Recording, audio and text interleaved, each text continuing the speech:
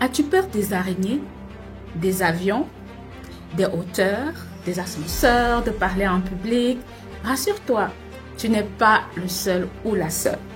Mais quand cette peur devient incontrôlable, qu'elle gâche ta vie ou qu'elle t'empêche d'agir, on peut parler de phobie. C'est bien plus qu'une simple peur et aujourd'hui, je t'explique c'est quoi une phobie, quelles sont les causes, les symptômes, quel est l'impact sur notre fonctionnement, est-ce qu'on peut en guérir ou pas. Reste connecté et on se retrouve après le générique.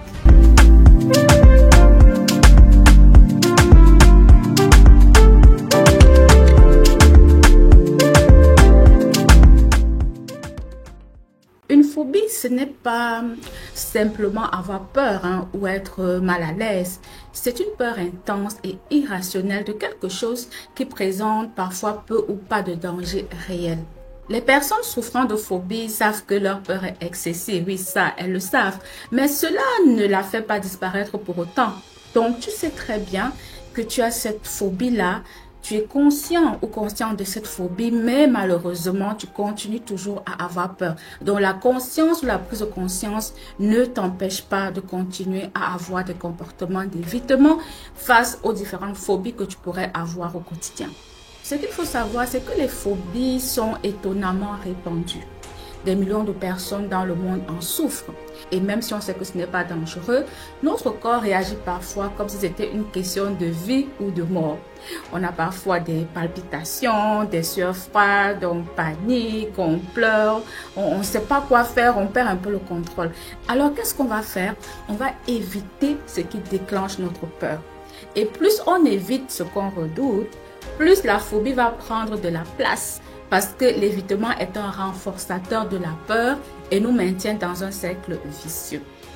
Parlons maintenant des différents types de phobies. Ah oui, parce qu'il en existe plusieurs.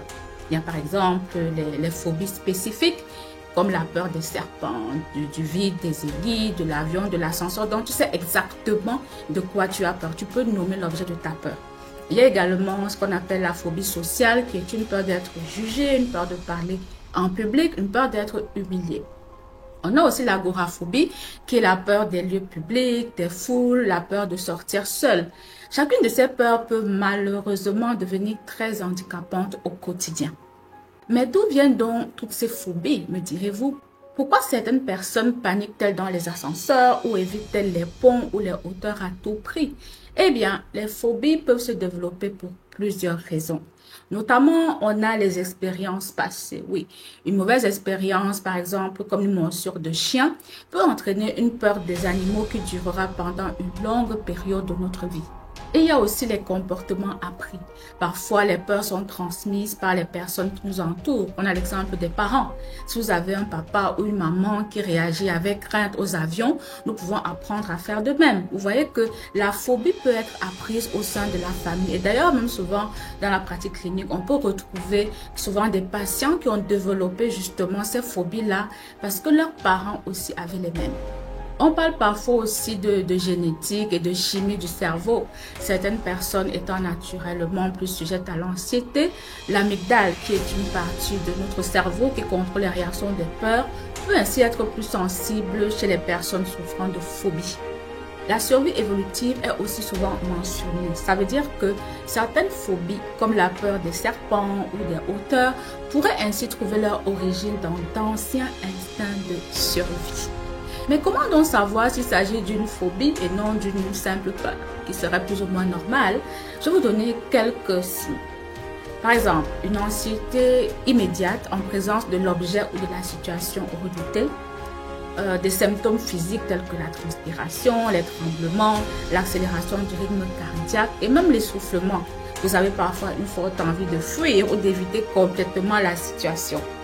Je vais prendre l'exemple ici de la peur de l'avion ou de l'ascenseur. Il y a des personnes qui vont dire « je préfère prendre la route, faire 2-3 jours que de prendre un avion pour un vol de 6 heures tellement je suis paralysée par la peur de l'avion ».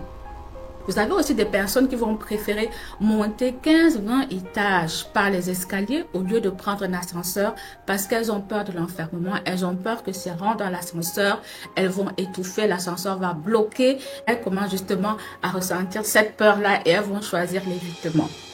Et comme je le disais tantôt, on sait que la peur est irrationnelle, on le sait, mais on se sent complètement impuissant à l'arrêter, ce qui va provoquer une détresse intense qui interfère souvent avec la vie quotidienne. Il y a des endroits qu'on va éviter, il y a des voyages qu'on ne fera pas.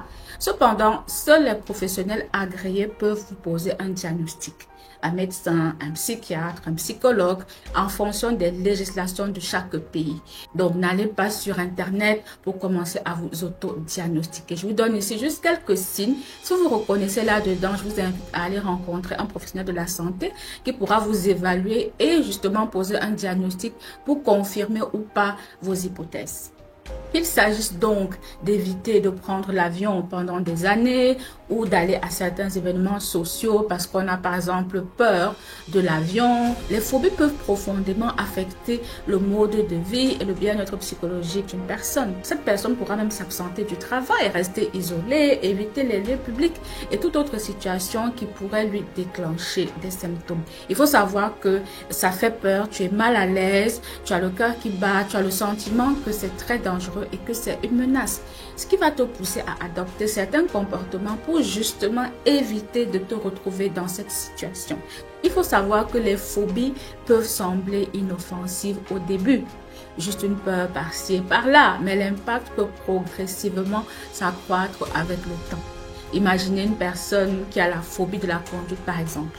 Cette personne pourrait éviter les emplois qui nécessitent des déplacements en voiture, limiter les sorties ou dépendre alors d'autres personnes pour la déposer où elle va. Et vous voyez que ça peut devenir très lourd au quotidien.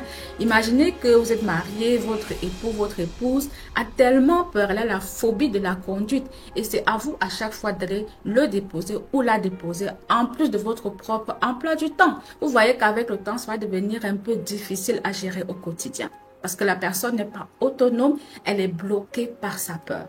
Nous avons aussi l'exemple d'une personne qui souffre de phobie sociale, qui pourrait sécher les cours, refuser des promotions ou même se sentir complètement seule parce qu'elle craint d'être jugée ou embarrassée. Donc, elle va fuir les gens, elle va essayer de rester toujours dans son coin, elle n'osera même pas donner son opinion. Les phobies peuvent entraîner une grande diminution de votre qualité de vie. Elles peuvent aussi avoir un impact sur vos problèmes relationnels, sur les opportunités d'emploi ou d'éducation. Et elles sont souvent associées à un risque de dépression et d'autres troubles anxieux. C'est pourquoi il est si important de les comprendre et de les traiter. Maintenant, parlons un peu de la partie la plus importante. Que pouvez-vous faire si vous ou quelqu'un que vous connaissez souffre d'une phobie? La bonne nouvelle, c'est que les phobies peuvent se traiter ou du moins s'atténuer. La thérapie cognitive et comportementale est souvent le traitement de référence pour les phobies. Elle aide les personnes à comprendre leur peur et à l'affronter progressivement, parfois par le biais d'une thérapie d'exposition également. C'est un peu comme si vous entraîniez votre cerveau à désapprendre la peur étape par étape.